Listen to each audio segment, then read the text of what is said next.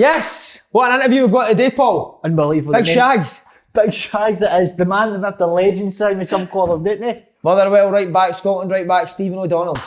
How you doing, mate? All right? I'm good, thanks. Yourselves? That's you made it, now you're on. You're on here. Congratulations, young man. Since she's seen Charlie on it a couple of weeks ago, I need to get myself on there. That's where it's all happening. By the way, it's a bit of handsome off for him and Big Charlie now. Well, Big man's got it. That's what he was an ugly bastard, look, but he's... I'm glad Charlie isn't on today because I'm now the best looking person in the studio without a doubt. And including all the producers. They are ugly bastards, aren't they? They are ugly bastards. And Zai also said, after he came back when Scotland qualified, that he deleted every Motherwell player's number. Motherwell player's number? It wasn't just the Motherwell players. Oh, his mates. Cy Ferry, I didn't even know whose number yours was. Seriously, honestly. By the way, I've got to take a big part in him getting the Scotland squad. I gave him that tough upbringing when he was a kid at Celtic. He used to that's why he is the player he is. That's why he's calling me Shags. Never been like that in my life. I've got 2 kids, so you can maybe call me now, but I know I used to get a bus, or my mum would drop me off at the bottom of Hamilton. He was that miserable that he wouldn't get Nicky Riley, who he lived with, to come down and pick me up at the bottom of the hill. So I had to walk up the hill at Hamilton, all the way up to the doorstep at the learning your trade, course. mate. And learning my trade. And then I would be squeezed in the back of the Peugeot Coupe and chauffeured into Lennoxtown for about 5 months. Were you terrorised? It was actually probably a good one. I think Cy took me under his wing a wee bit. Because he knew me, then he didn't slaughter me too much, whereas the other boys got a bit. So is that went out the game, do you think? With the younger boys now? Just quickly, we don't want to go on about all that, but just today. Look, I think it's Snowflake comes into it, but I'm borderline that You've generation. You've got a few snowflakes on it, standard. So. Football's changing. I think I'm benefiting from it a wee bit as well. I'm not maybe the old school getting slaughtered every week.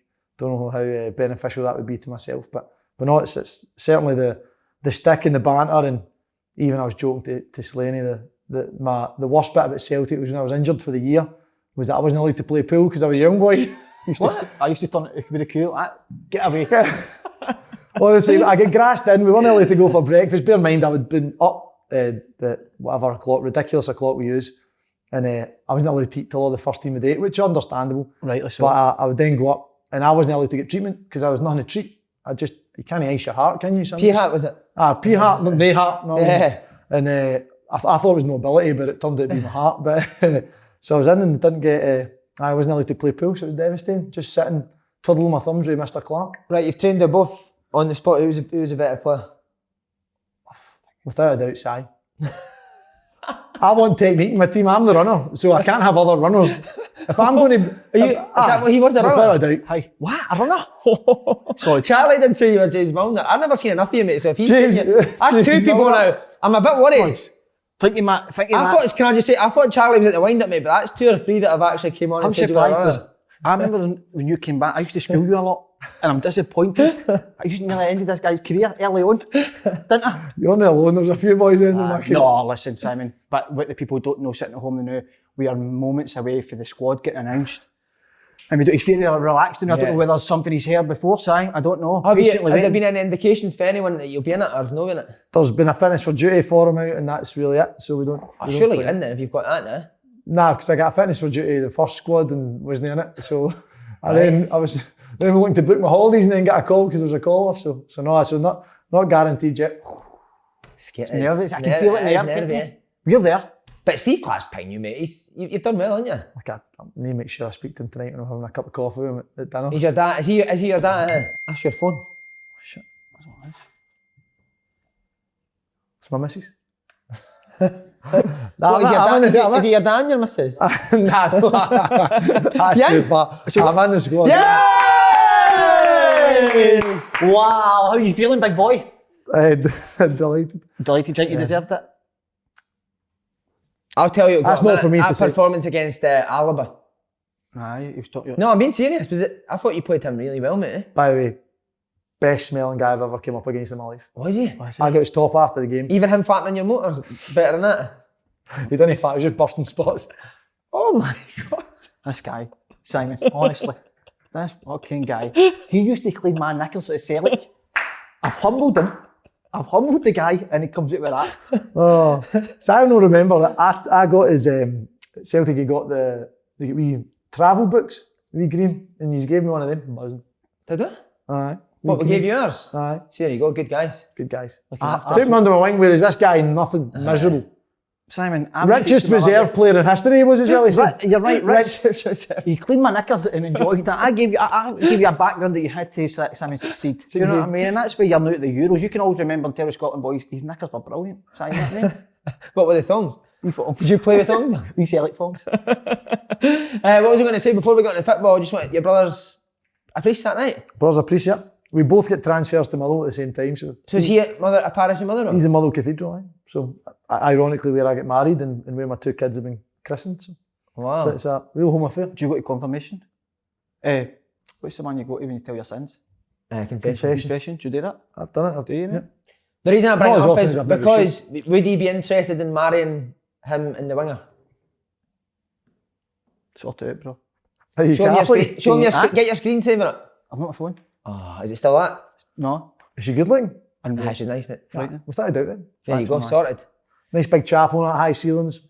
You look your missus might look the part. You look terrible, but This guy's going to one idea, isn't he? I swear to God. But by the way, watch him just now, because did you not see him put Derek Ferguson in his place? did you put that on? You've not seen it? Do you watch your show? I've watched a couple, aye. What My ones? mates are mad on it. Are they? Watched a bit of Charlie's.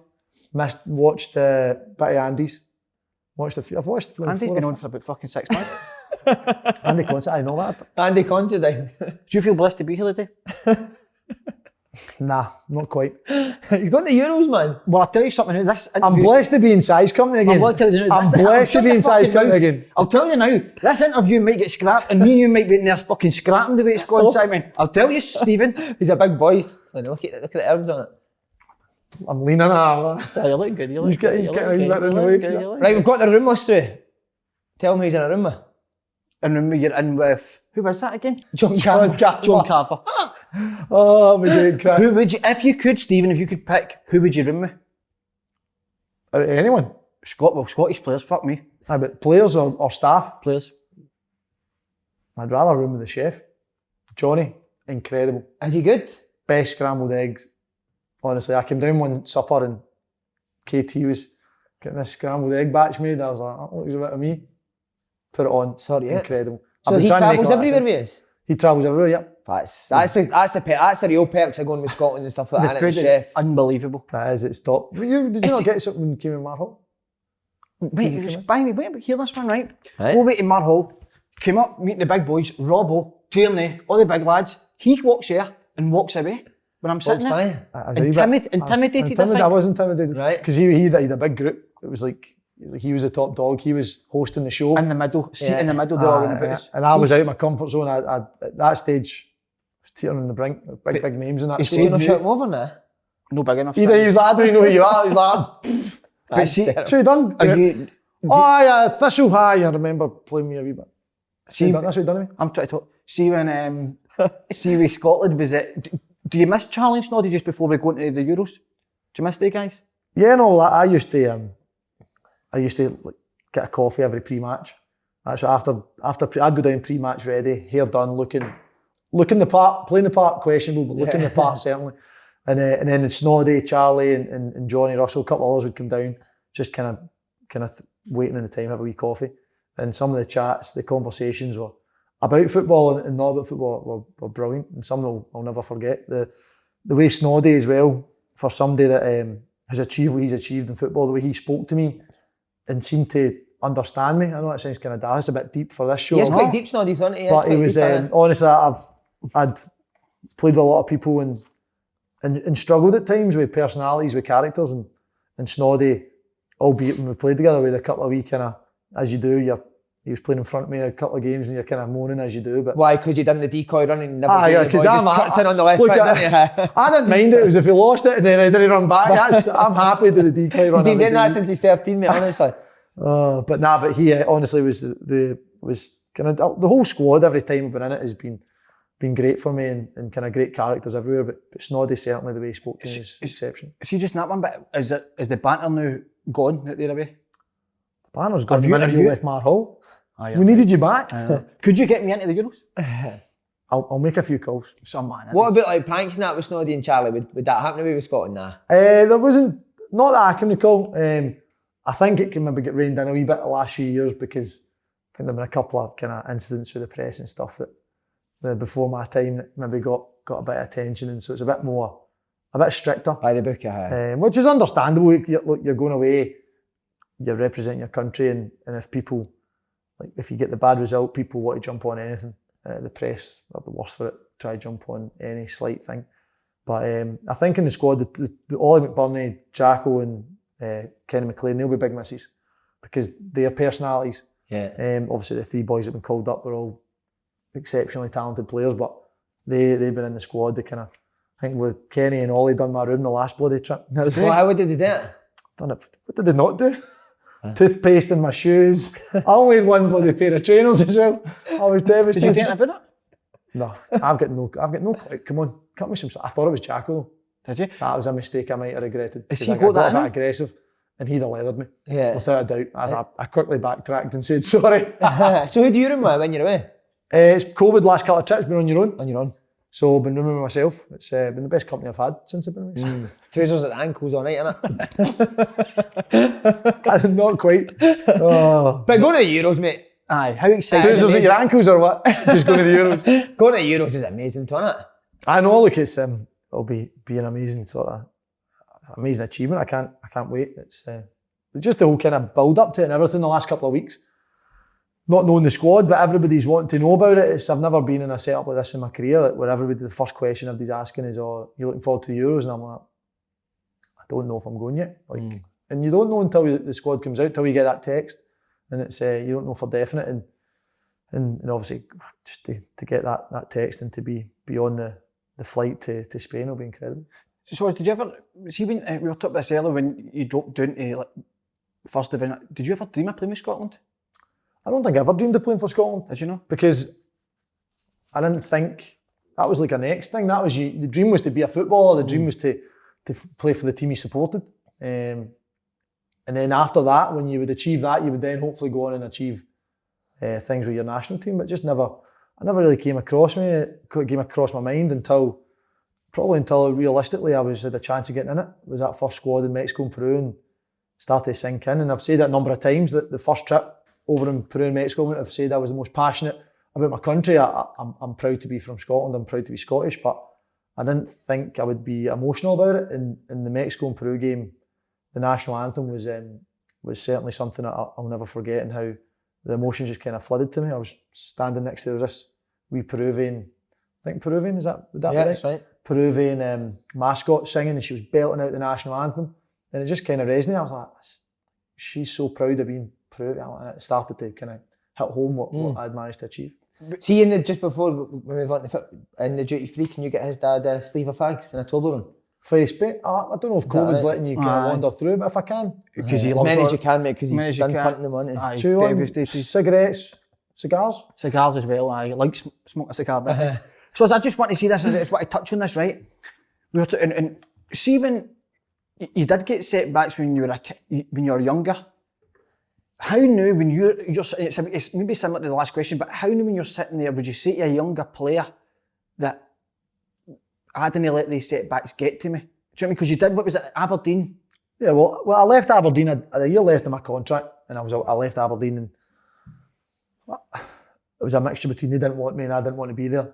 Just kind of been one of those seasons, they happen, we've all had them. And at the end of it, I was actually told to go back to school. Say, look, you're a clever boy, football's not for you. Wow. Who said that to you? Can you remember who said that to you? I can't remember now, to be fair, but you can't be, didn't know what to say, right? But and again, it was, the comment itself isn't a bad it's a comment that I was 7 1s and a 2 in my standard grade, so I was smart enough. Wow. But it was more, there was people present that just those sorts of comments shouldn't have been made in front of, but it happens, and it kind of just helps whenever maybe a couple of months later I signed for Celtic, and it maybe not smug, but it was kind of, well, people do believe in me and people do think I'm good enough to do something, and it was just kind of constantly you have that in your career. Again, every footballer won't be where they are without being told somewhere they're not good enough, and I continue to get that, but I continue to work hard, stick to the basics, which is try my best. I don't think any manager that's ever released me said it's for attitude. I've gave nothing but 100%, and thankfully it's managed to get me to the Euros, and and hopefully much more. Stick 2 fingers up to the guy that going. Nah, Just like get these things happen in football. It's look, I was told that when I was in with you at Thistle, I was in trial. Well, I was kind of on trial at Thistle, but at a part-time club, I was on trial there as well. And Jackie had said to me, he's like, look, I'm just trying to get the money sorted to offer you something now. I don't know for definite if that was just delay tactics to keep you in coming training, but I think he was genuine with it. And basically, I played a game and got a phone call. The part-time manager phoned Jackie and said, don't touch him, he's not good enough. Wow. Whilst I was in trial for Jackie. So Matt, going out your way, and that was a trial. That was somebody I've known for 2 weeks. And I think that's just a wee insight to football is a cutthroat business. It still is. And as I said, all I can do is my best, and hopefully I can do that. Well, you've done it very well, because nowadays people said that must be sitting there, Simon, regretting what they've said, aren't they? Sitting in the Euros. But you loved 98 World Cup, didn't you? 98 was brilliant, wasn't it? Last time. Did you make the squad? She probably should have, shouldn't I? I think I was only 10, but I'd probably been good enough then. No. Who was your heroes growing up? Have you got Scotland heroes? I'd have probably said Jackie. He obviously played for Celtic. What a player, Jackie McNamara, very underrated. And I probably didn't appreciate him as much as you should have. But he'd probably be the one. But I want to be a centre mid, and kind of centre mids. Ferguson was a joke, but I wasn't allowed to think he was good. So yeah. But and then you'd Paul Lambert. So there was loads of talented players. What age were you in the 98 World Cup? 6. Can't really remember any of them. Can you know? No, Not at all? You remember it, Slaney? I can remember. I remember we always got the McDonald's game for the Brazil game. Who'd have thought, Simon, that we had John Collins now and then we've got Stephen O'Donnell to the next tournament? It's unbelievable. I thought you were going to say Jackie, Stephen. I couldn't moan at that either. So look, it's... See, since we've qualified, though, does the dynamic change? Like, did you think after that I need to be on it every week for Motherwell to get in the squad? Or was there a feeling I've done enough now to get in the squad? Look at...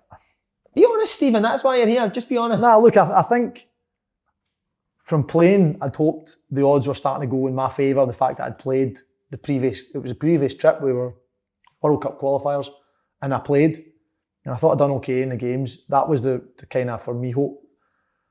Not cementing myself in the team, but giving me a right good chance. And the fact that I was hoping that I couldn't go from starting to being out of the squad altogether. Yeah. And thankfully I've managed not to do that. I've been consistent from a low, but I've not maybe performed, and I don't think as a squad we have how I think we can. We've got a lot of good players, and I think we could have done much better this season. Is there a, sorry mate, Sorry, just if you do have a bad game for Motherwell, do you think, fuck, I hope well, you know you're on the chopping block, because you know the press and everybody's, they look at the 2 Motherwell players in the Scotland squad. You know that's where everybody draws their eyes to, that they're not good enough. And that's what we've, again, Scotland are underdogs. Maybe myself and Declan are underdogs to a degree in the squad as well. And it's been the case. I was at Kilmarnock before. It's not as if I've came from a Celtic or a Rangers or down south. So, look, I just keep trying my best and hoping the manager and the staff appreciate and think I'm doing a good enough job. So, see when you get called, your debut, you get called up, it was the Peru-Mexico.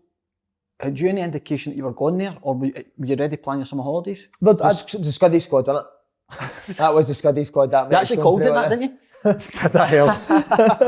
There was, I had an inclination. There was talk of a fitness for duty. I hadn't known much about it, and that came out for me. But I just think it was Steve Clarke, one of the best comments he said to me. He was at Killie at the time, and he said that's one way to play yourself at the Scotland squad. Was the last game of the season against Hearts. How did you have a shock at? No, I didn't think I did. I swear I watched it. I've watched it back with 19. I thought I was okay. But I think Peter Grant was there in the stand. But I didn't get in the original squad. But it was Ryan Fraser. Ryan Fraser pulled out with an injury. And again, like I was hardly out. Ryan Fraser's top quality player. And I got called in for him. So I'd never expected for a minute that I'd have went from not being in the original squad to playing both games, because I started them both. I couldn't believe it. Where were you when you got the call to tell you were going? I was sitting having a coffee with... Likes of coffee, didn't you, this boy? I do. I love a wee coffee, sit down. Occasionally, I dabble with cakes occasionally. Right, okay. My body fat's 10. Who were you with? Lift the jersey, let's see it. Not in these seats, because the position's terrible. Not a chance. Show something good hanging under it. I want to see it. We'll get it out soon. Right, okay. So who in the house? So I was with Michelle Evans at Starbucks in Hamilton. Right. For the PFA, Michelle? Yeah. So she was the first one to hear the news that you've been She was the called first up? one that phone call came, an unknown number. I was like, fuck. And it was 0141, and she knew, God knows how she knew, but that's Hampden. And I went, shut up, you're taking the piss. I answered it, Frank. I don't know if Frank's Frank? kind of play liaison, and Frank, Frank, and that was my first encounter, and he's like, hi, Stephen, blah, blah. It's in the squad, I couldn't believe it. Obviously, I then rushed home. I left Michelle and rushed home and told my mum. I was waiting in my house getting built, so I was in a state. Council house. Well, I came back from Luton and moved in with my mum and dad, married for 9 months. Aye. So I got a Scotland call up, loving my mum and dad, 25, married with my wife. That was. How did your missus take the news? Was she buzzing? She was delighted but she also then realised that she couldn't get a holiday because I was going away. So no, she was delighted. I think my dad and my mum again. There'd been lots of ups and downs. That first season at Kilmarnock, it didn't start too great. I hadn't been playing well, and it was just an amazing turnaround. My mum actually told me to join the police, ironically. So that was Did she? at the start of a 3-year deal. Would you believe that? Yeah, what? Sorry, say that again. My mum told me to join the police. No way. She said that. Come on, you're in that police and fucking state school and... Like I told you, Slaney, there'll be no managers told me something I've not been told at home. So don't wait a worry about minute, it. what stage was this your mum told you to join the police? About 3 weeks into a 3-year deal. At where, sorry? At Kelly. At Kelly? Yeah. And why?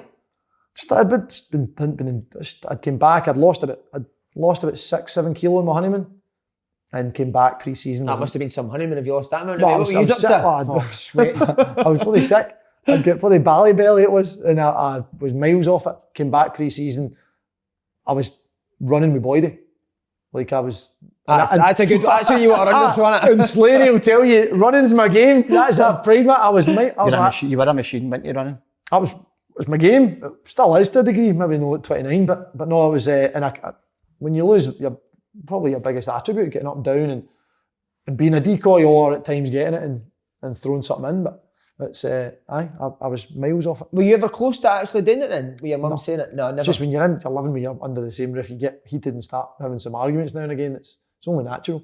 Because people didn't see this side to it. Everyone probably thinks it's like easy. We were saying that career. earlier, weren't we? Nah, but it's just the side of every job, every family has fights and stresses. And how long ago was that, football's no mate? different. 4 years ago now. I was saying 4 years ago. Do you know what I mean? Yeah. Is that why you've got the handcuffs in your motor? Just don't speak to my mum again, deleted her number, don't I? But the first trip, wasn't it just to Mar Hull, Paul? South America. South America. Was it a lot of new players there? Or was there any of your main culprits there? Charlie was there. There was a few. Johnny Russell was over as well. At that point, and I knew Charlie a wee bit because he was at Celtic, one of the first team when I was there, and then he was at Aberdeen with us as well. So we knew right away he wasn't a nice guy. I didn't want to talk to him. So like I knew a couple. Knew Kenny McLean was there. I'd played with him at Aberdeen. Kind of a whole host, and you play it. You know what it's. You play in the same team or play against them, and you end up knowing them all, kind of as if you're mates, but you've never really known. Did you get left on your own though for your first trip? Is there times where you're like, come on, somebody please speak to us? No, the first thing Faddy said to the squad was, you get a word in yet with him? So I was broken easily. I was thrown right in the deep end. Was there any pranks on that plane getting there with Charlie or anything? Can you remember it there? I was separated. I was in a different flight. What? There was 2 flights. So there was a London squad and a Austin. Was it Austin or Houston? Houston. An American squad. So we had to go and who was anybody? So I was London to Houston, I think, and then to Peru. So half the squad went from London to Peru. So we assumed, the rumour was, it's like you start chatting and talking nonsense, and boys were sure that the ones that went straight to London were all starting. Right. But it didn't. Well, me and Scott McKenna were on that flight and both started. Can you believe it? Was it business class? Aye, it's called first experience. See, when you get a wee, as stupid as it sounds, even when you get a wee taste of that, you're thinking, I want better of this, don't you? It was like just everything about it was like it was metal knife and fork. I couldn't believe it. I was like, I could take over this plane with this. You know when you go in like the normal seats in the economy, you've wee plastic ones and that. Anytime I try and cut the chicken, this thing snaps. Or they bite the fork off. So I couldn't believe it. It was brilliant. We daft things. It was like steak you were getting cooked. It was cooked really nice. Oh. Some of the best meals I've had on that flight. Was it? Did you get away? No. Of course not. You're not drinking it, mate? Definitely not. I had a few after Serbia, but I didn't drink. I don't normally drink now. But then, Simon, what I was thinking was, you go early for the first time, right? I don't think you're expecting to start, aren't you? No. No. Without a doubt, you're not expecting to start. Did you do well in training or Both of something? them, didn't you? So did you? I was flabbergasted. The best it was, so I was over the moon at playing the foot because you're training, you're ready to play, and you're starting to prove. When did he tell you were starting? Just when he named the team an hour before the game? Named the team, we didn't know. Not an hour. It was in the hotel before we had a meeting and named the team. So, and then I'm going bricking it. I don't think I'd turned on because I'm tight. I'm a miserable bugger. So I don't turn on my data roaming. So I don't think I told them. I think I maybe on the hotel Wi-Fi. I think I'd sent out a couple of messages and that was it. But no, I couldn't believe it. But then I say the highs and lows. So you play the game and you think, right, again, talk amongst boys is saying like everybody's going to start a game. It's going to be a full kind of squad change up. So we're flying to Mexico and it's on like an EasyJet flight. So I went with flying business and it's like an EasyJet flight, but just us. So it was a chartered EasyJet flight kind of thing. So we had 3 seats, but if you ever try to sleep in 3 seats in a normal flight, you can't do it. Seatbelts going all over the gaff. So literally we'd played the game against Peru, flew the next day. I'm miles off it. Wasn't steaming, but I was knackered because I had played the game, the emotions in it. And I get to Mexico, could walk up to the stadium. So a mile big walk up, could hardly breathe. It was ridiculous, the altitude. So I'm like, was it, mate? Aye. I'm like, thank God I'm not playing tomorrow. Me and a couple of boys. Oh, no. After that flight and after this, in the conditions. And you just played the game as well? And we'd played the game. Team gets named, I'm starting again. And I needed an oxygen tank when he told me. I couldn't believe it. And I've never felt so bad in a warm-up. It was the worst condition. Like, you wouldn't believe it. You genuinely couldn't breathe. And how did you play? I tried my best. I don't know. No, for me, I don't really know. I must have done all right because I was in the next squad, but no, it was crazy. It was, I think, with Lozano was up against us. All these guys, Vela was playing. It was crazy. Marquez was about fucking 90. But still could spray it a bit. Still a joke. What a player. So when you all met up, right? Is there any stories that you could do with Big Charlie in the dressing rooms and in the hotels and stuff? Was he up to it? No, there wasn't too much. As I said, it was the Scotland squad's kind of a bit lower key. You kind of come away. He's something coming. Nah, there isn't. There honestly isn't much. The Big Egg, what was he like? You were tight, weren't you? Picked me my first my squad, gave me my caps. I can't get not a bad word to say. Loved it.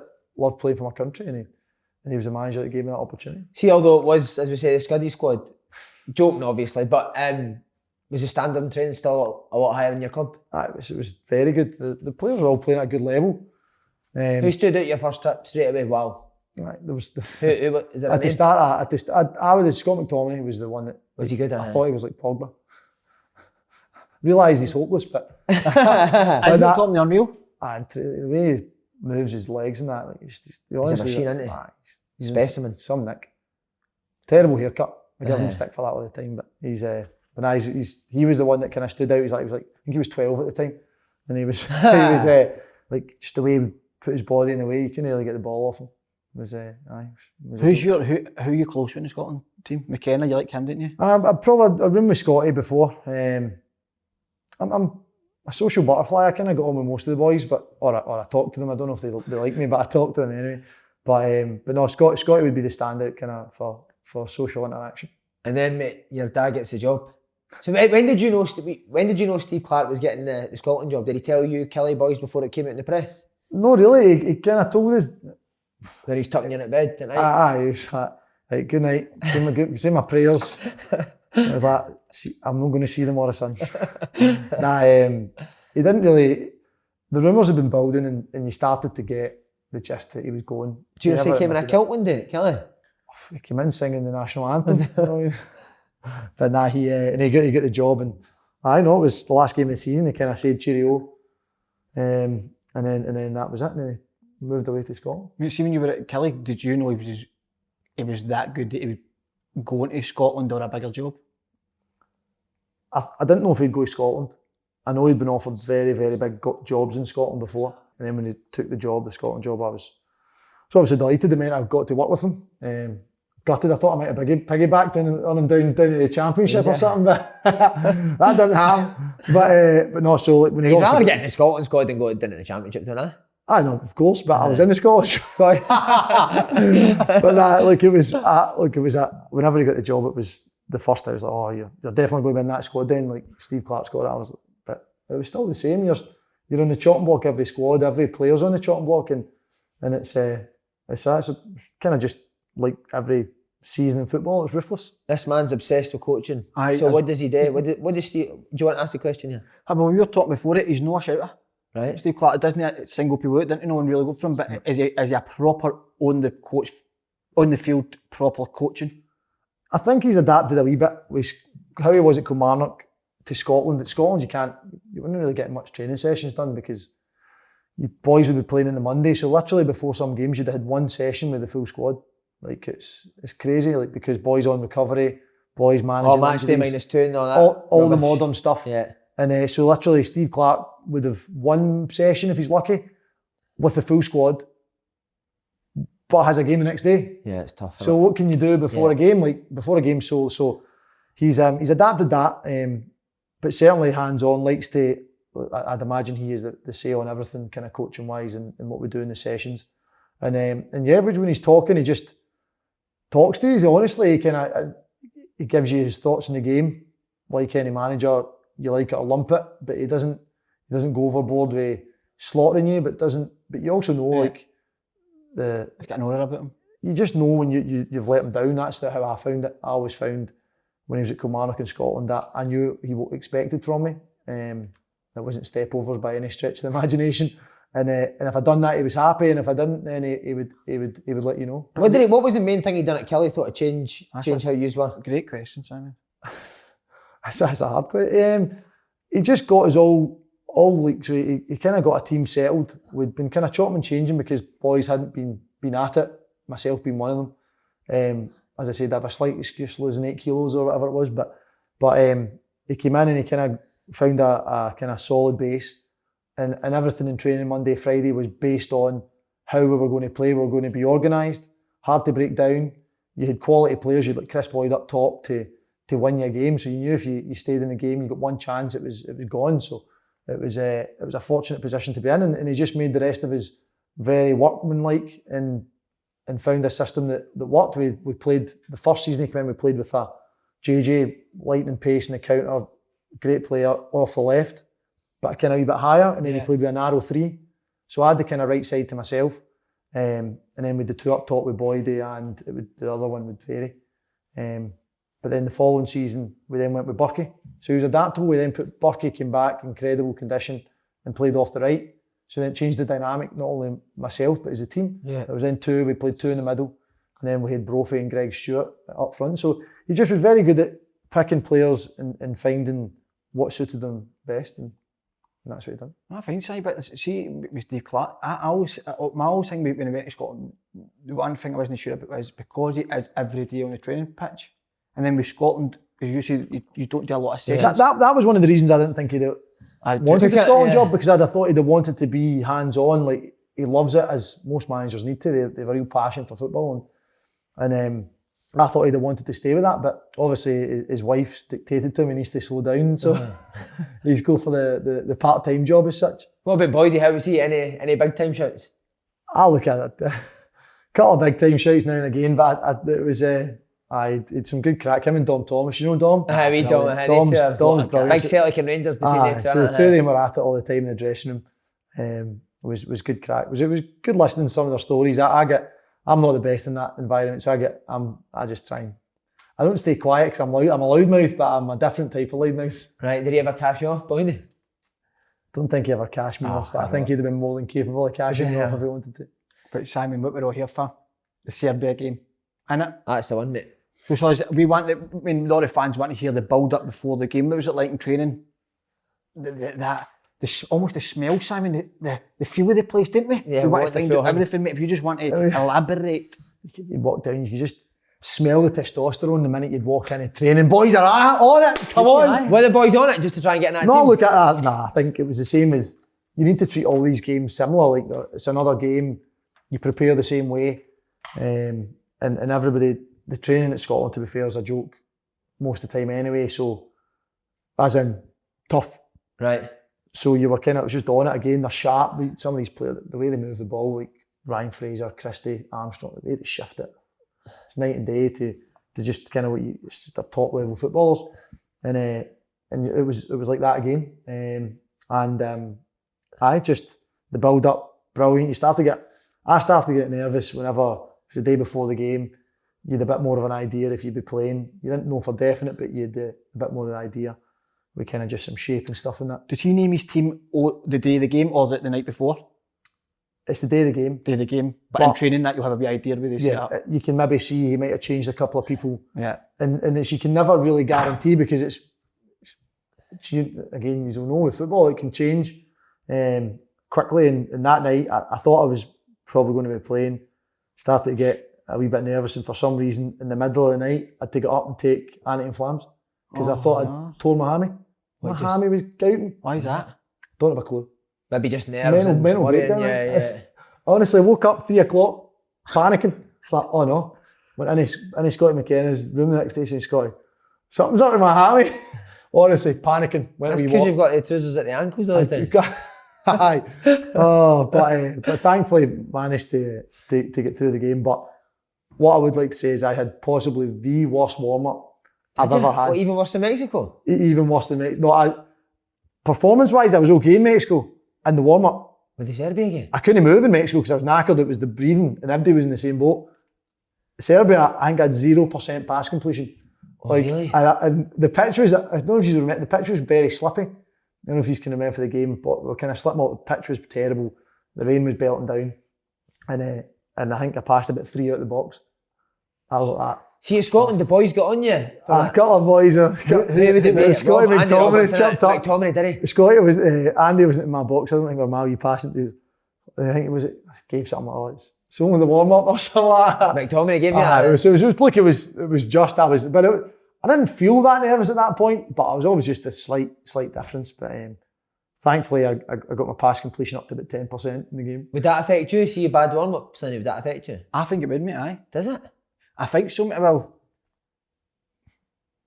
so were you actually nervous?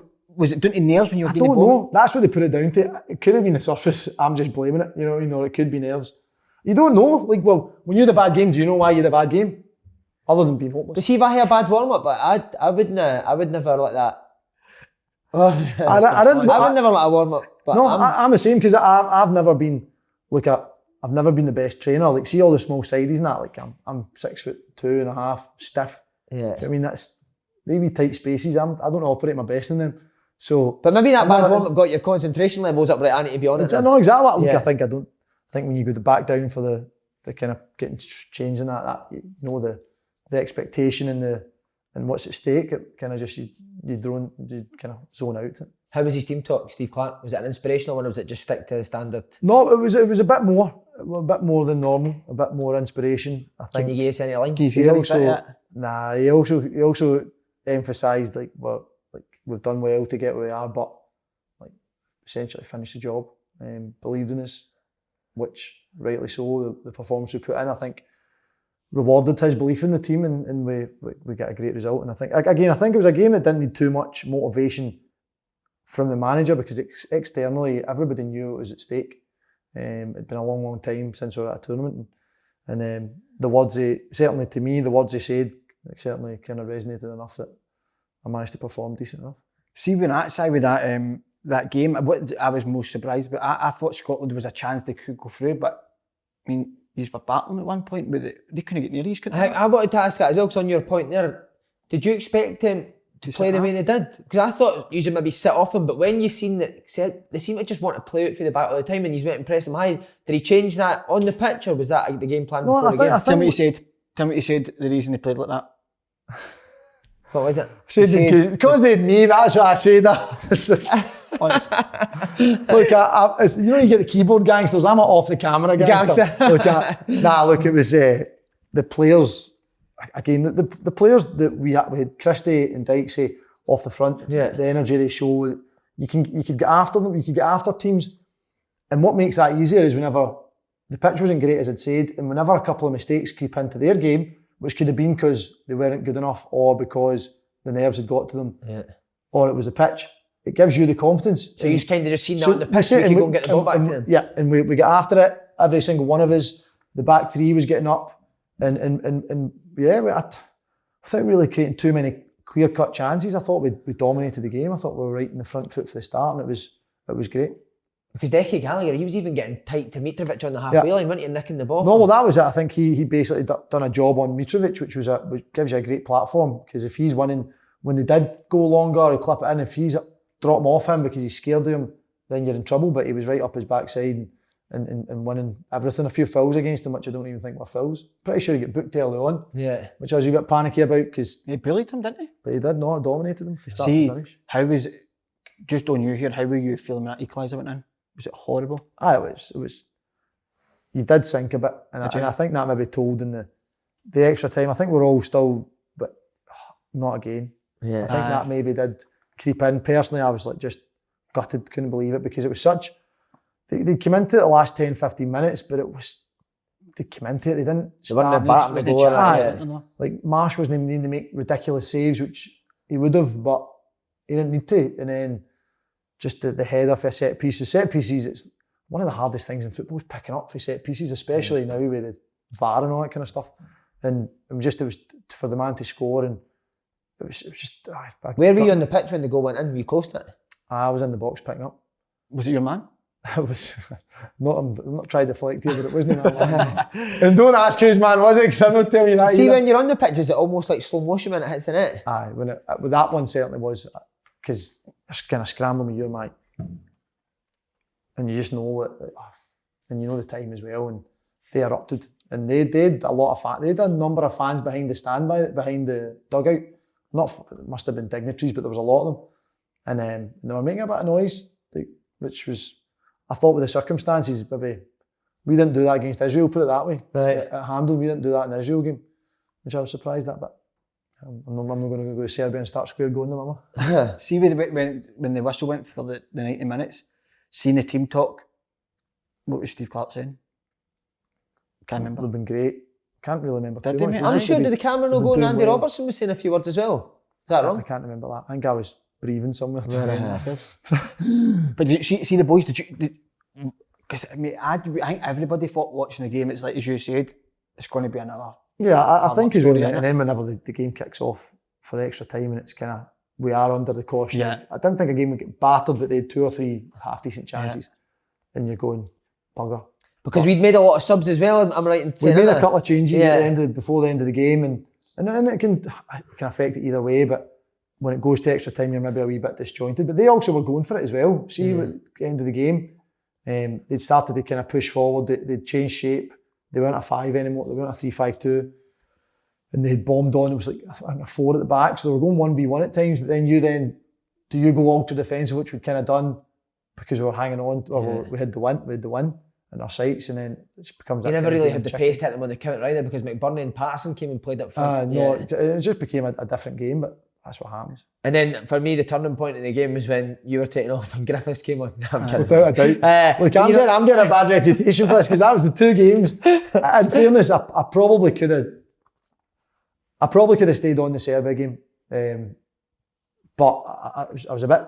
I'd cramped 3 or 4 times at this point, and then it was like I'd kind of mentioned to the gaffer, and then he started, look, obviously bring on I strike the ball better than Lee, but obviously thought we'll let him. He was obviously feeling confident, so he put on Griff. But it happened the previous game against Israel, and honestly, one of the worst feelings I've ever had. I was running back, boys. I think it was Solomon, get put in behind. He could play Solomon, and they can shift as well. And I'm seeing it, and this was like 117 minutes or something. I'm hearing it, trying to hear it back, and everywhere cramped up, both calves and both hammies, right, at the same time. So I've ran in the ball and went, I need offers, and I'm sliding the ball. I'm good. And Marsh, I think, was the only one that held it, and he said after the game I was pissing my pants because I'd went. I could hardly even move after that. But the Serbia game, I get dragged for a better player. See, with the penalties, mate, did you feel utterly sick before they started? Oh, I was so nervous. Was it, mate? So nervous. But why? Because see, when you see these players hit penalties, mate, They look so it calm. looks to me like They look so calm. See, in training and that, are they that good? As good as that in games? No, they're quality in training as well, but training's obviously got no pressure on it. So No, but every it's time false. these boys hit penalty shows, mate, I can't believe how good they are at penalties, the Scotland boys. I know. They've got on 5 10 out of 10. 10 out of 10, McLean scored the 2, didn't he? McLean scored 2 winners. So there must have been confidence in the boys that they would. Look, I think after the Israel game, the boys must have had confidence going up because the pressure in that was to get to we knew it was at stake. So, the pressure would have been ridiculous despite no fans in Israel, and then Serbia again. Maybe that if the Serbians had been in, I don't know how many, maybe 40,000 or whatever, maybe that would have made it a bit nervier. But they handled it like champs. Who picks the penalties when the final whistle goes? Is it the manager? Does he say who wants it, or has he got names written out? I can't quite remember. It kind of varies. I think he kind of we've been hitting penalties in training, one a day. So every day you had to hit one penalty. That was it. One penalty, you missed it, scored it, in. Right. That was it. You were straight in. I just went, look, you'll not make 120 minutes, soon you go. But no, so you could see the way that they strike the ball, get their routine, and I think he just kind of checked he had in his mind who he wanted and checked they were fine with it, and they were. Even the order in that though always fascinates me. Does somebody ask to go fifth? Does somebody ask to go Can you remember the order? I can't remember the order now. I can't. The moment though, and I think the whole nation want to hear this, didn't they, Si? This is the most question asked was, what was your feeling when you seen Marshall save it? Were you raging with him for going out to the referee, wasn't it? Remember? No, I think that makes it better. When he stopped, I think that makes it better because it just shows you the modern how it's had to change. Like, and he's his face like itching, his big daft gloves in his hand. Oh, he was honestly. So what do you think when he saved it though? Just complete and utter joy. I actually felt the freshest I'd felt in about 3 months playing. Were you greeting? My legs felt fresh. I could run again. Can you believe it? Just help hammering it down. I was at the bottom of a pile up. Ryan Christie grabbed us and I fell over. And then all of a sudden the full team was on top of me and I couldn't breathe. It's like, cheers boys. Were you greeting? Common theme of me not being able to breathe the way we scored. It was ridiculous. It was I think when I went back up to the dressing rooms after we were in the pitch and I made a couple of calls and I'd phoned my dad and my wife and I was kind of just like, these people have been kind of here, my dad and mum especially, the full journey, like through all those highs and lows as a kid, and to have such a high that they weren't able to be part of because of COVID. It was certainly an emotional time for everyone involved. Did see when that Marsh saves that penalty, they're going to Euros, do you think of the bad times or? Nah. You think of them in reflection at times, you go, after a game or maybe in the hotel room at night, Maybe know that night. Did you pull your mum up for the Polish thing? Nah, like she made it, like that's what happens. It was nothing, it was never anything more than kind of just an argument. Is that the best feeling you've had on a pitch? Without doubt. And was it the best celebrations after it? In the changing room? Without doubt. Katie, he was on the boombox, wasn't he? Best performer on the boombox. Was he? Best performance of the night. Was Clarke in dancing? Do you know him having a dance off? Do you think? You kept saying to put a slow song for you in the I was one of Walls. Was it Wild? What was the song Mum and Dad get married to? Was it Wild, mate? It was brilliant. It was incredible. Even just how it all fell into place with Andy and the baccarat, it was incredible. Because that's one of the creepiest videos I've ever seen in my life. Did you play the video? We didn't play the video, but we'd seen it. I would seen it. They'd always, it's like modern society. First, right away, somebody's called up. People are Googling, like, what's this guy all about? And that song was popping up. So was that not mentioned before it came on at the end of the game? It had been mentioned to him privately, I think, or like just in conversation, like talk me through that video kind of thing. Yeah. But I didn't think the song came out of nowhere, and it was incredible. This is just in my own head, who do you have the most arguments with in Scotland? Who do you have the most arguments with? Because you're quite a vocal type of character, aren't you? Probably, I don't know if I'd say arguments, but probably my centre half, whoever I'm next to. Is it, mate? Scott McTominay a few times, Jack Henry last games. Ooh. Just who you're next to. Call you a space cadet? Did you see that video? He's not called me a space cadet yet. I'll need to throw that back at him if we're playing together. I'll throw that on. But it's just naturally whenever I'm blaming him and he's blaming me, it happens in football. You kind of just need to get on with it. Snoddy, had a few with Snoddy. We played Belgium. So we had a few with Snoddy. Wait, let's say the Belgium one. I want to hear this. So with Snoddy, you're saying off the pitch a great guy, but on the pitch for Belgium, were you going for it? No, not going for it. Just that heated sort of get back or show him left. He wanted to keep jumping over Tongan, which was meaning I was jumping to Hazard, which was I was jumping to Mertens, which then meant Charlie was having to jump to Hazard. It was some names get. I know, it was a whole, and I'm sitting here in the middle drop. going, whoa, I'll just stay back here. So would you say so as you got the better snoddy then, definitely? Without doubt, got snoddy and toast. Did you? Nah, I love that. nah, not even No, close. you did, you get one. But see, at the hotel, so were you all just, were you sitting eating food and then was it the David Marshall song came on? Did somebody stick that on and you all started doing the conga? Just KT would have been just, it was, actually the conga came about because Pams told me he says, I'd had a couple of drinks and I gave any peer pressure. There was some shots brought out by a waiter or waitress. And boys were like, do you take one? I was like, I don't take shots, I don't drink. Nah, take one. And I was like, fuck it. If there's ever going to be a night you're going to do it, it's going to be when you've just qualified for the Euros. So I went, I've got, and the boys obviously went, oh, I've done it. They just got brave pills. I went, done 3 in the bounce, they're all going mad. Steaming? Somebody, no naming names, but a family member looked over at me and went, no more. Oh, nah. I then drank. drank 4 gallons of water the rest of the night. Must have been a brother. I was peeing all night. The most hydrated I've ever been in my career. With 3 shots? No, because I had a couple of Jack Daniels before it. Then I had the 4 shots. Don't underplay this. Right. Incredible performance. The 4 shots. And then I get but I was already going a wee bit tipsy. And I get which sobered me up straight away. And I went, no, there's a game in 2 days. I better start drinking water. So I had about 4 gallons of water. I drank. The rest of the night I just sat with a bottle of water, constantly getting refilled and drowning it because I was like, I've got a game in a couple of days. Yeah. Can you remember any stories for any other players doing it and brilliant? Or do you know what to say? Nah, there was nothing too mad because again COVID meant it was limited. What did you say about Steve Clarke when he spinning on his seat or something? Is that right? No, he's doing naked press. But you had a couple of drinks to Gaffer? The boys? I didn't notice, I'll be honest. We'd kind of created a big table with the boys and the kind of staff were all kind of put kind of tables on the outside and I couldn't tell you if he did. I certainly say we did deserve one if we wanted a couple, but we were fully focused on ourselves, I think, that night. See, when you and Big Dickie Gallagher go back to Motherwell, mate, right? Do you just look at the rest of the team like a piece of shit? Well, you ever seen McGregor's walk? Is that how you walked in? So that's how Decky walked in without a doubt. Did you? I curled in the back because I was having a stinker at the time, so No chance. I was making sure. So what was the reception like, mate, when you went back to Motherwell? Oh, I was just delighted. I think pleased. It was like I think got enough accolades everywhere. The press were all delighted, and I think the players were just pleased. It wasn't quite as good as Derby's welcoming to Marsh. Did you see that? How was that again? They were going off their head. It was big banners and all that. Oh, they mate. I think that was Shins. Graham Shinney was the one that organised that. But no, it was good. They were all delighted, congratulating you. But I think with a game a day later, so you're kind of. I think we get back on the Thursday night, and with a game on the Friday, a game on the Saturday. So surely you're in for one day. Play.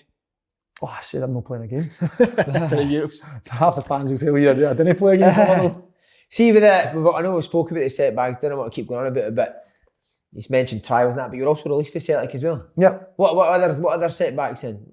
So released for Aberdeen. So this is just for young people who do watch. I would probably say Aberdeen wasn't quite released. I would say Aberdeen. We'll say released. We'll say released. Better, I didn't get paid up, so I couldn't have been released. Right. Celtic got released for 2 years there. You remember the day you got released for Celtic? Aye. But who told you? It was Chris McCart.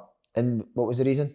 Not good enough. Defensively wasn't good enough. I think it's hard at Celtic 19s. You don't get tested at all. Like, you're battering teams. We won the league. We won the cup. And that's just what happened. I didn't really have a leg to stand on because I couldn't prove them or disprove them. That's what happens. And said and was kind of in tears.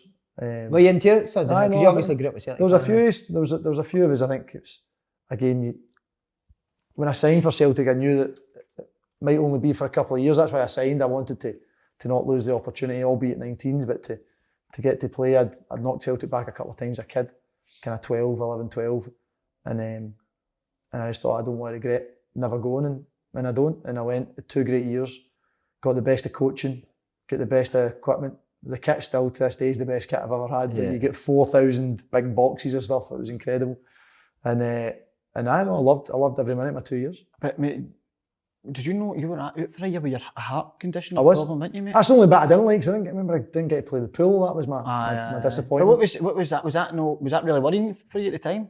Well, not really, because it was never life-threatening, but it was more just a wee bit career-threatening.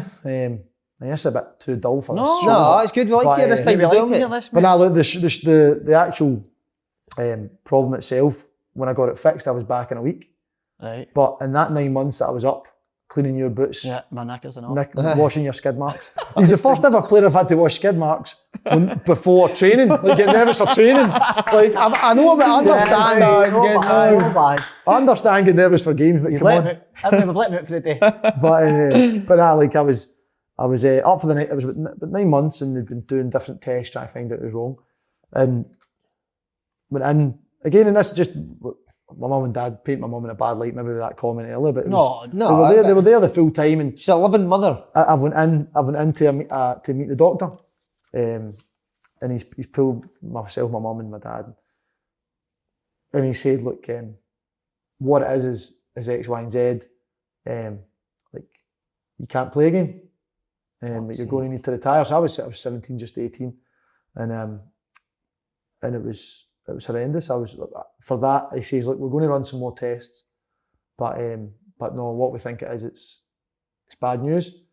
So I remember my mum was quite calm. She was trying to be the sensible one, but my dad, he was close to going. It was my dream and his dream to be a footballer.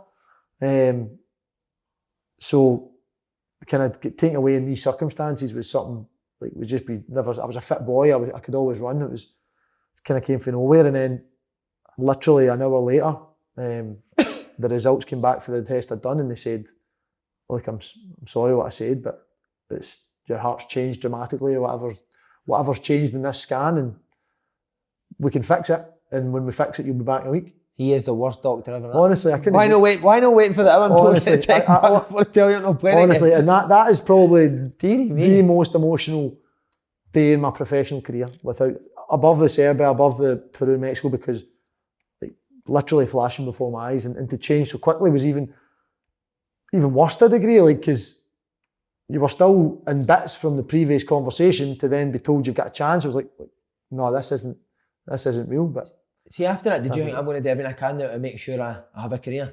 Look, that instilled in me a long time ago. My dad, working class background, my dad grafted, my grandpa's grafted, and I wasn't going to do anything less than graft, and that just cemented it even more. And thankfully, I managed to graft when I got released for Celtic to Thistle, and worked hard. Jackie gave me an opportunity, and I'm still grafting a career yet. I'm glad you said that, because see the Partick Thistle one, we hear this, right? I go in and loan. So it's going to be that I was the best technical player ever to grace Thistle, no? No thanks. I mean, we got into Thistle, right? I went in about 8:30 or 9. He's up the steps, running up the steps, Up Fir Hill, sorry. Yeah. Up Fir Hill, up all the steps down. Chasing the ball that he kicked you in Chasing the the ball stand. to get them back. Looking for the boys I'd lost the previous day. But that's, we were having this, we were talking about young players nowadays, and we were saying, everybody sees now he's got the Euros and stuff, but then, way back then, I left Celtic so easily, just to front the till, and I seen him going up down these stairs. So I mean, what were you actually doing there? But Look, again, you kind of look for that kind of golden bullet, things that can help give you that extra inch or an inch, extra yard. He's still looking for someone that will give him an extra inch. And I was told that it's good to kind of work the stairs for your kind of movements or joints. That's Niam, mate. That's exactly what it was. I'm sorry to interrupt you, long go back to your story. Niam used to make me do that at Dundee, but he couldn't see the stand for his room, so I'd just sit at the top. I'd time it how long it took to go up and down 8, and then I'd just walk along the back and come down the 9. mate, that's why he got the Euros. You know, I'm sitting here. And that's what he'd wanted me to. I had a couple of kind of niggles. Actually, how I'd found out about the heart problem was I'd done my ankle ligaments away with Celtic in the Villarreal tournament. Done it in the final against Liverpool, and I was coming back from it and took about the heart palpitations. And that was, and then so Niam that's where my relationship started with Niam. Some man into Niam. Do you ever come across I never that? know. Funny, mate. He does do a lot. He could look at you from the back and could see you out and all that. He's got a few You still type him? I've not spoken Nah, to too him big time, recently. ain't you? Oh, since he went to too big Scotland, he's time, patched him. But That's he said, terror. no word of argument like that. When I drive into Motherwell, he goes, what was it, my cash guy, he said? What was that when he said earlier? And he uses his big Q7 to go into Scotland. How bad is that, mate? Is that what he said? Tells you all you need to know. I've not got a Q7, so we're all good. Thank God that there's factual there that he's lied. We've Right, now, anyway, we've now sorry. caught Paul Slaney alive. I'm happy. Just on Niam though. Right, mate. He used to call Mikey McGlinchey Nails. He'd be like, morning Nails. And Mikey McGlinchey's like, where's Nails came from? He went, you're that far up McGeady's arse so I could see your toenails. And was that true? Not really that bit. Niam just gets something in his head and he goes with it, doesn't he? Brilliant. Right, But see that extra stuff, sorry. Sorry, Simon. So was that every day you would do a wee bit extra? Yeah, no, so Niam wanted me doing kind of things like that on the stairs, kind of for kind of injury prevention as well. Then I would always I still go to the guy Hugh Watson for extra training to try and get kind of fitter, quicker, just try and improve on what you've got. When you've not got a touch, you need kind of working everything about it. I need to ask you as well, sorry, I know you played with one screwball at Thistle, but do you play with Gary Fraser? I did play with he Gary. mad? Mate, is he the thickest guy you've ever met in your life, but the most lovable? Aye, Gary's one of the, like, he had so much ability and could have played anywhere, Yeah. I think. But Was he that good? Oh, he's brilliant, mate. You should see him strike a ball, it's beautiful to Oh, watch. That's lovely. He would strike 5 into the stand, but the way he hit every one of them was beautiful. Yeah. Like he was so his switches as well. Like I got on it. Honestly, half my clips at Thistle would probably be That's what you used to do, innit? McMillan, and if guys opened his body up, you'd go and you would hit that big diag. flat one. Flat, yeah. like a Gerrard pass. That's Yeah. how you'd probably describe it. He was brilliant. But no, he wasn't the smartest. I've came across a few that aren't the brightest. Brophy, I got on well with Brophy, but he's up there.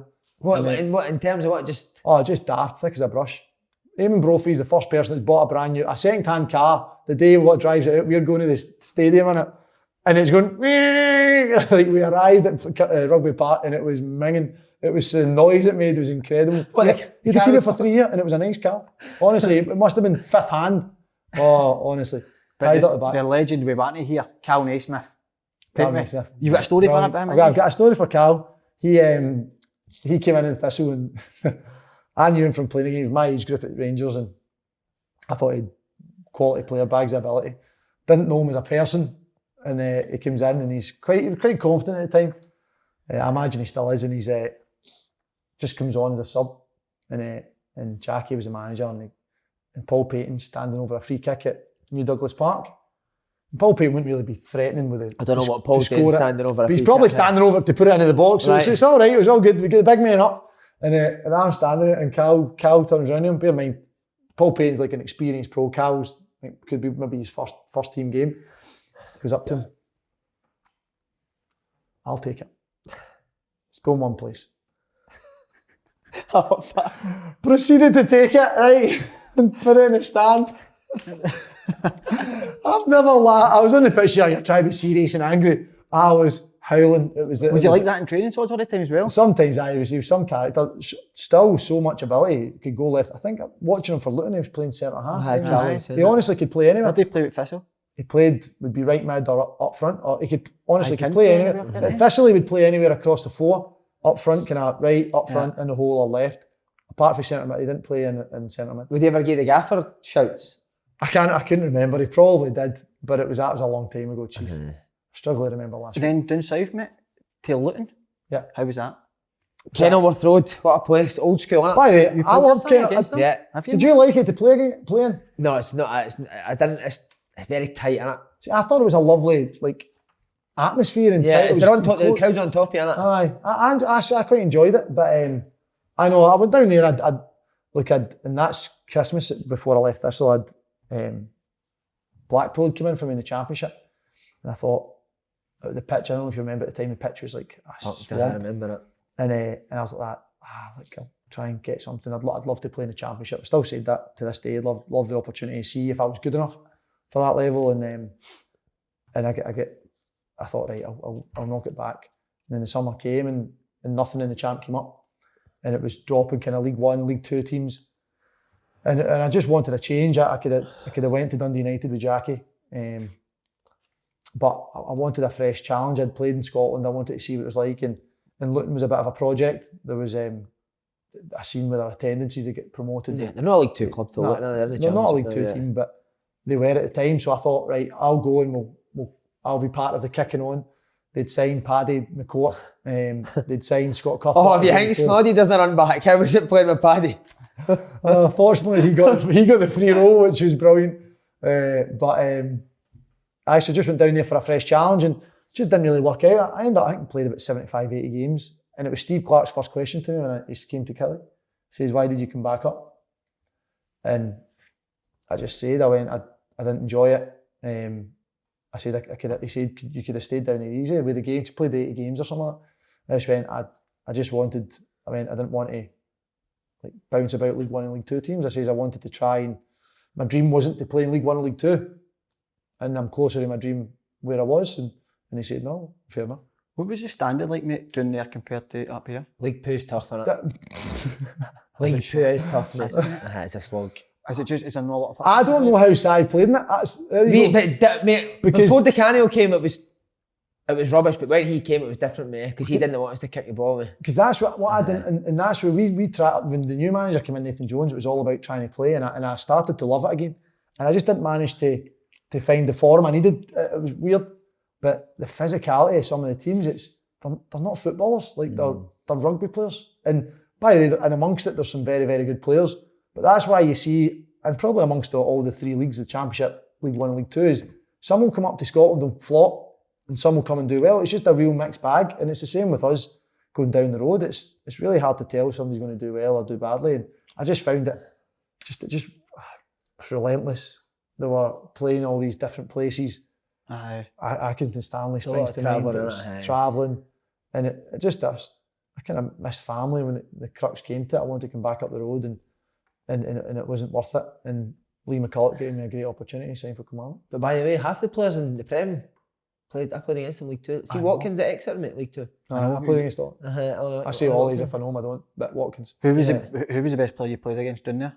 Anybody knew that went on, and Watkins obviously was one. Watkins probably the one that would stand out. I played against the boy. I can't tell you. His young boy was at Exeter, and he got a move to Chelsea, and he plays. I think is it Pians. He plays for Chef U. What position? Centre half now, but he was playing at 16 in League 2. And that would tell. Like, he was 16, and he was like getting on the ball. Exeter played a bit of football. He was getting on it and making things happen. I was like, this guy's 16. It was incredible for that level, because it would be man's football. To break in at that level is probably even harder than it is to break in Prem and Champ.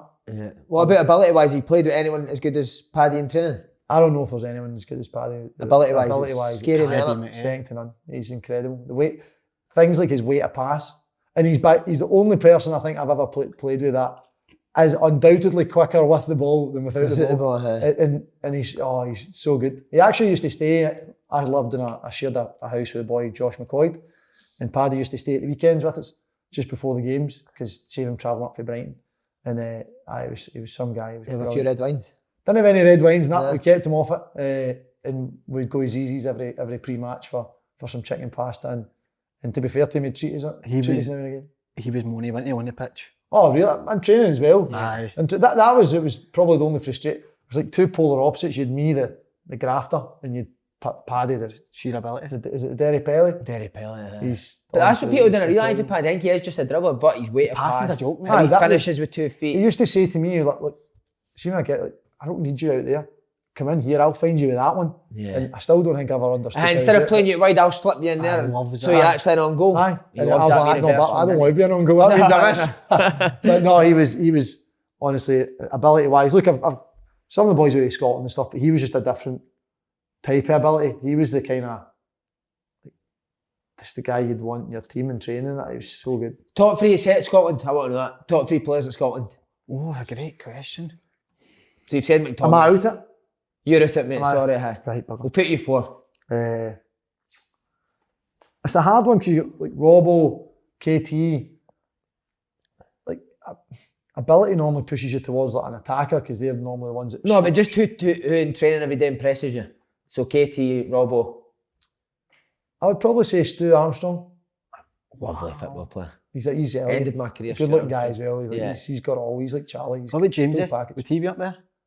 Jamesy, I would say, is better in games than training. I joke in training, but like I hate playing against him in games. But like he's better, and I'd say don't know if he doesn't. I know what you mean, mate. It's just one of the players like. Comes alive in games. You can get people that play with them midweek internationals that they're good during the week and then terrible at the weekend. Jamesy could not. He's incredible at the weekend. Who's the hardest player? You were midweek international, you know. Aye.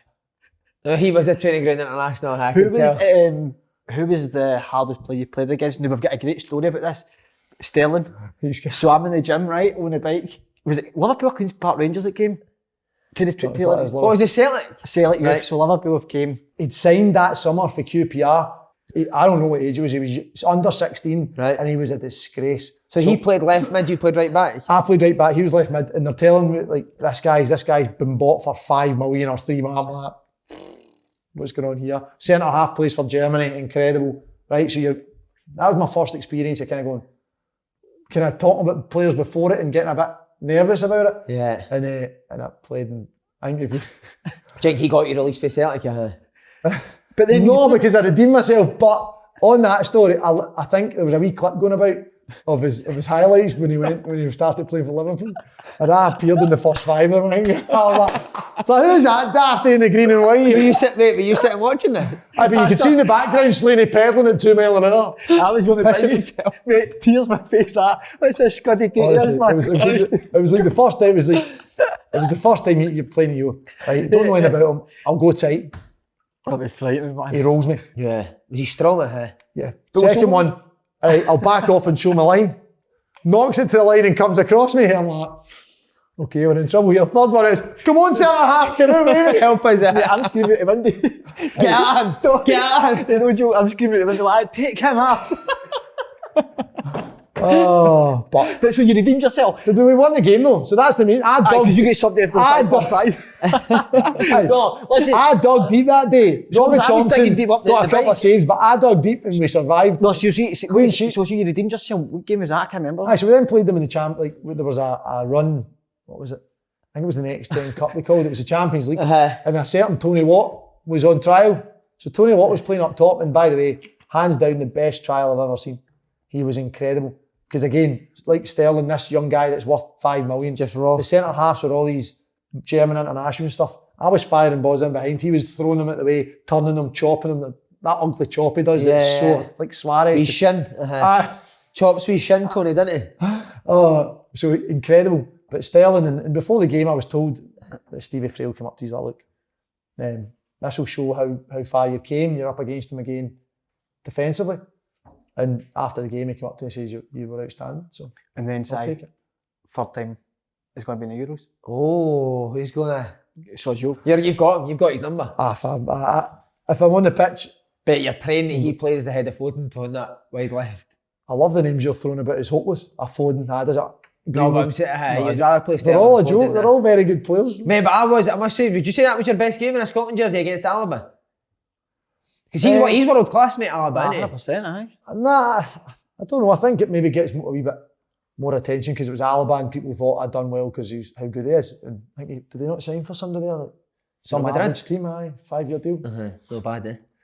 And so he's obviously a top player, but he didn't manage to do my job against him. Like, kind of worked hard. I didn't have particularly great highlights regarding ability, but I done my job, kept him quiet and got a couple of good passes in that. But I'm sure you paced him a couple of times. I don't know about that. I think you did. You said he smelled brilliant. What was it? Cool Waters. I've got his top. It smells incredible. It was the one he wore and it smells incredible. I don't know what mint. It's like, see when you smell somebody's breath, it's just the chewing gum. His top smells like that. So fresh. It's a bit weird that I'm saying that. I'm sniffing it now, isn't it? But that is my party piece when you come out. Smell that. Any other good tops? Got one of Hazard's. Oh, come on, did you go up to him? No. He come up to you? Sodsy. Shags. Geezer. Any chance? I felt a lot about you. So as you've got the manager's jacket on, you're picking 5-a-side team. Who's your 5 players that you played against that would make that 5-a-side team? That you played against? So Jamesy's in, captain. Sterling. Sterling's got to be in it. You can't help him in. Can I make a place for you? Oh. Who's the kit man? So who would your 5 be? That played against. I'm trying to... Doesn't need to be directly up You just against want me you. to fire at big names, like I don't know, like... Aye, big That's what I want, big names. I don't want That's it. what we are on this show, big I don't want to names. just fire big names. Aye, You're in the big big time now, names, son. big Come on, names, tell come us. on. Right, like you want big names, I'll give you big names. Yeah. Right? We'll go for ones that are just in my room, right? Right. You want balance or you want just all attack? Balance, I like Oh, well, we'll go. He's in charge, go balance. balance. We'll Let go me Right, balance. so I need a couple, so that makes it hard. We'll see how good a coach you're going to be here. Sterling makes it. Then we'll go He's got to be in there. for Tongan. Right, was he good for Tongan, eh? Yeah, it's just kind of Love the left foot. massive big Yeah. guy. So he's middle. We're playing Very we're attacking, elegant. but I've got him at the back. Then I'll go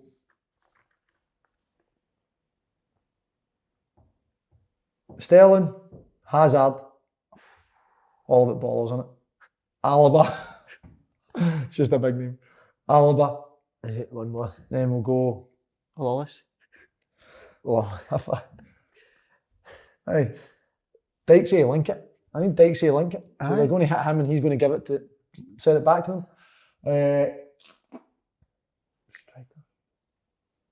I think a big dog. I would put Lukaku. he was big.